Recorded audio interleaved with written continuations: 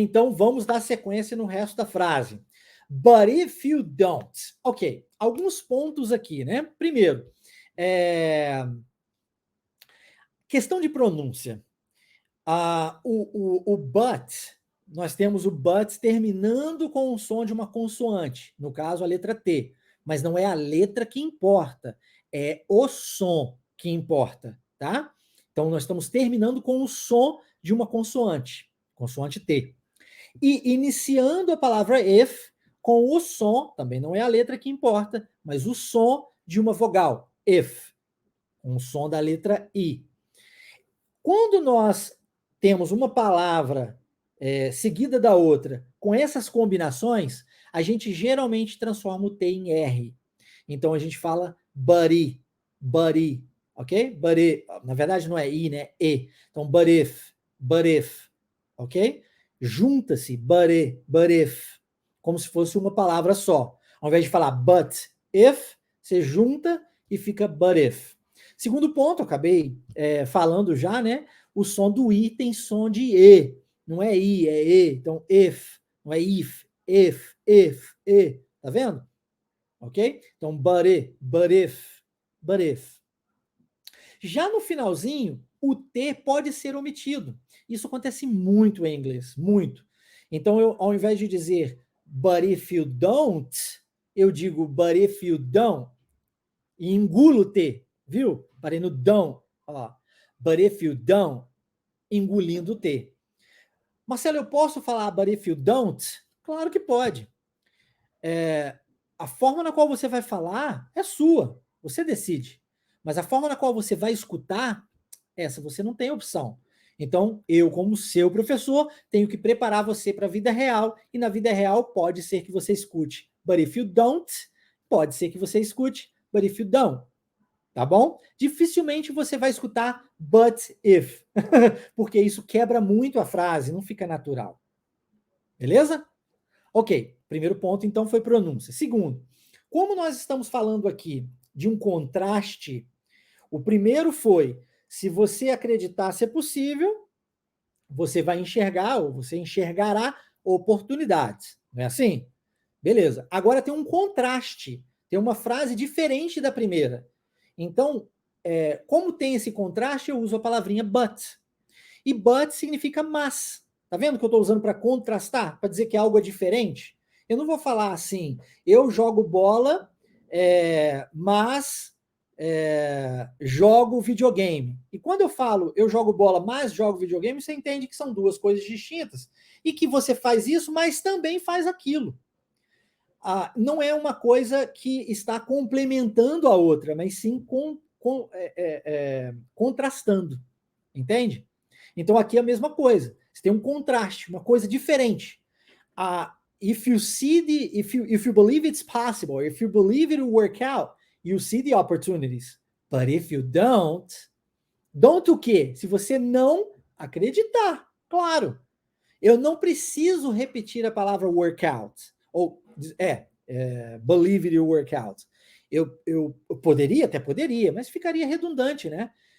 Repetir, but if you don't believe it will work out, entendeu? Eu posso simplesmente parar no don't e eu já subentendo que eu estou falando da frase anterior e contrastando-a. Beleza? Então, se você não o quê? Não acreditar, tá? But if you don't, ficou claro? Aí, olha só que interessante. Se eu quero perguntar para você uma coisa no presente, quero saber assim, tipo, você fala inglês? Tá? Isso é uma frase no presente, ok? Se você reparar bem, o presente não é usado para falar do presente. Como assim, Marcelo? Porque quando eu falo, se você fala inglês, não quer dizer que você está falando inglês agora, né? Quer dizer que você tem o hábito de conversar em inglês, que você consegue fazer isso. Quando eu digo eu jogo bola todo sábado, isso é presente. Não quer dizer que eu estou jogando bola agora, hoje nem é sábado, mas eu estou usando o presente. Por quê? Porque é uma ação habitual, compreende? Então aqui, quando eu pergunto para você, do you speak English? Quero saber, é uma pergunta no presente. E talvez você já conheça essa pergunta, porque é uma pergunta muito comum, né? Do you speak English? Do you speak English? Se você fala inglês, a resposta mais curta que você pode dar não é yes. A resposta mais curta que você pode dar é yes, I do. Por quê? Conforme mencionado por mim no início da aula, toda frase em inglês precisa de sujeito e verbo.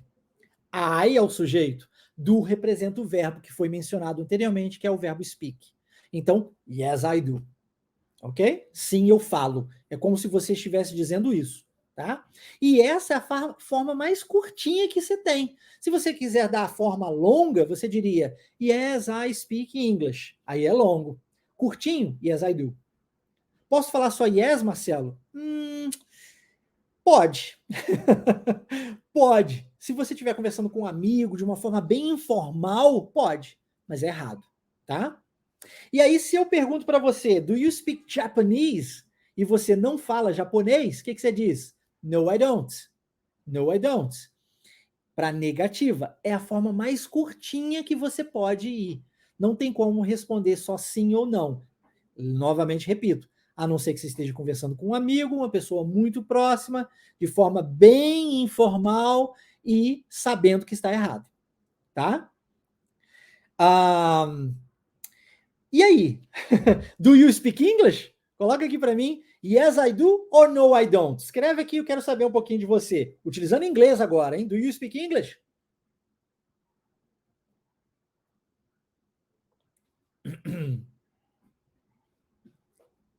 Aí, ó, temos aqui a pergunta do Raimundo. Do representa o presente. Do é usado para o presente, tá? Tá, Raimundo?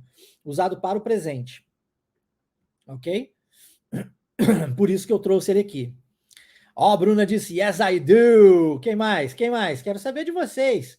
E aí, do you speak English? Yes, I do or no, I don't? No, I don't. No, I don't. Yet. No, I don't yet. Ainda não, né? Ainda não. Muito bom, muito bom. Gente, se você ainda não fala inglês, não se preocupe, você está no lugar certo para resolver a situação. No lugar certo. My English is a work in progress. Ah, amei essa frase, Marcos. Muito bom. A work in progress. Está no caminho, né? Está no caminho. Excelente. Muito bom. Várias pessoas, olha, no, I don't, no, I don't. Antônio disse aqui, so, né? I'm learning. Respondeu aqui o Anderson. Mr. Anderson. Muito bom, muito bom. Então, pessoal, se você ainda não fala inglês, eu digo novamente, você está no lugar certo para isso. Mas não é mágica. Não tem varinha que, puf, de repente você vai falar inglês. Não tem plugzinho aqui na nuca do Matrix que vai simplesmente fazer o download do idioma no seu cérebro. Você precisa pegar o conhecimento e colocar em prática. Tem que fazer valer a pena, tem que fazer isso acontecer para você. Nós chamamos em inglês de make it happen. Você tem que fazer acontecer. Tem que ir lá e pagar o preço. Não dá para você simplesmente esperar. Falei inglês agora. Não, não vai ser assim. Tem que pegar o conteúdo que é entregue nas aulas e praticar. Praticar. Somente a prática te levará à evolução, tá? Esquece a perfeição, e aí, com isso, você se libertando da perfeição, você vai praticar até mais, porque agora você passa a não ter mais medo de falar, mas é entendendo que só a prática fará você falar inglês. Somente a prática. Não tem outro caminho, tá? Tem que praticar o idioma. É óbvio que, se você não sabe o que praticar, como praticar, você não vai chegar lá, né? Por isso que nós estamos aqui. Nós, na Wave Imersão Linguística, te entregamos o passo a passo. Te entregamos esse know-how, né? Esse conhecimento para você, sabendo exatamente o que precisa ser feito, fazer. E aí, fazendo, você adquire a sua fluência. Tá? É um trabalho em conjunto, né? Por isso que não existe professor sem aluno e tampouco vice-versa. Né? Na aula passada, eu mencionei com vocês que existem alguns verbos em inglês que nós não precisamos desse do, né? Eu posso simplesmente inverter com o sujeito e já fazer a pergunta e também a negativa, somente colocando o not. E eu quero recapitular, por isso que eu coloquei aqui um recap, eu quero recapitular isso contigo. Olha, é uma listinha de 11 verbos, são 11 verbos apenas, portanto, todos os demais milhares de verbos existentes em inglês, você utilizará o do para fazer perguntinha na hora do presente E quando for fazer isso para aquela variaçãozinha de he, she, it, lembra que a gente mencionou agora há pouco? Aí você vai usar o does. Mas isso é assunto para uma outra aula. Agora, o que eu quero que você entenda é que a gente vai usar o do para o presente para todos os milhares de verbos, exceto be, can, could, shall, should, will, would, may, might, must e ought to. São 11 verbos apenas. Tirando esses 11, todos os demais você vai usar o do. Então, se eu quiser fazer uma pergunta com o verbo to be, por exemplo, eu digo am I? Am I, João? O que eu fiz? Ao invés de dizer I am Marcelo. Então, tenho o sujeito I e tenho o am, verbo to be conjugado. I am Marcelo. Ótimo. Agora eu quero fazer pergunta para saber se eu sou o João. Eu sou o João? Eu digo o quê? Eu inverto o verbo com o sujeito. Am I? Am termina com o som de uma consoante. I começa com o som de uma vogal. Junto as duas, am I. Parece uma palavra só, na verdade são duas. Am I, João? Percebeu? Aí você vai falar, não, Marcelo, você não é o João. Então você diz, no, you are not. Se eu quiser contrair, you aren't. E tá tudo bem. Eu só pego o not junto com o verbo to be e tá show. Verbo can, que é o verbo poder. Can you speak English? Aí você fala, yes, I can. Sim, eu consigo falar inglês. Né? Eu posso falar inglês. Yes, I can.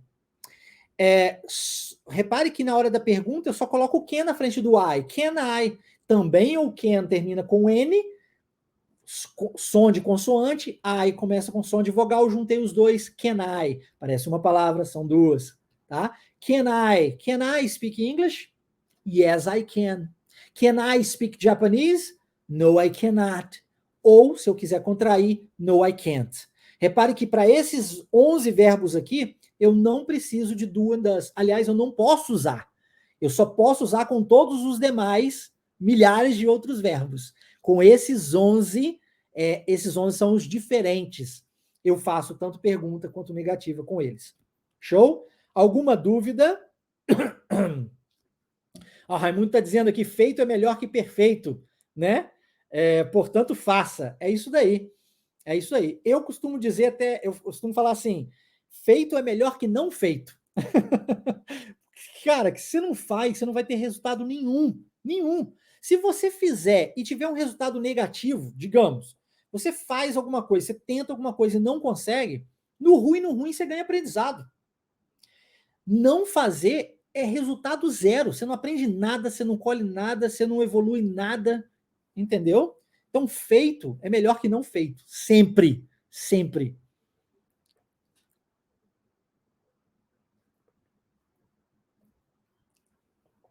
Muito bom. Aí Sandy dizendo, né? Soon I'll be speaking fluently. Yes, yes. Já já você estará falando fluentemente, Sandy. Muito bom. Muito bom. Então, olha, ficou claro, né?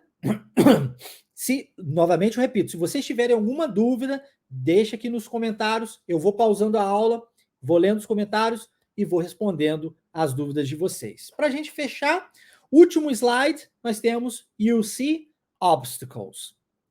Então, vou voltar um segundo, ó. Nós temos um novo if, tá vendo? But if you don't. Don't, presente. Você já sabe disso. Utilizado no presente. Tá usando do aqui, don't believe, né?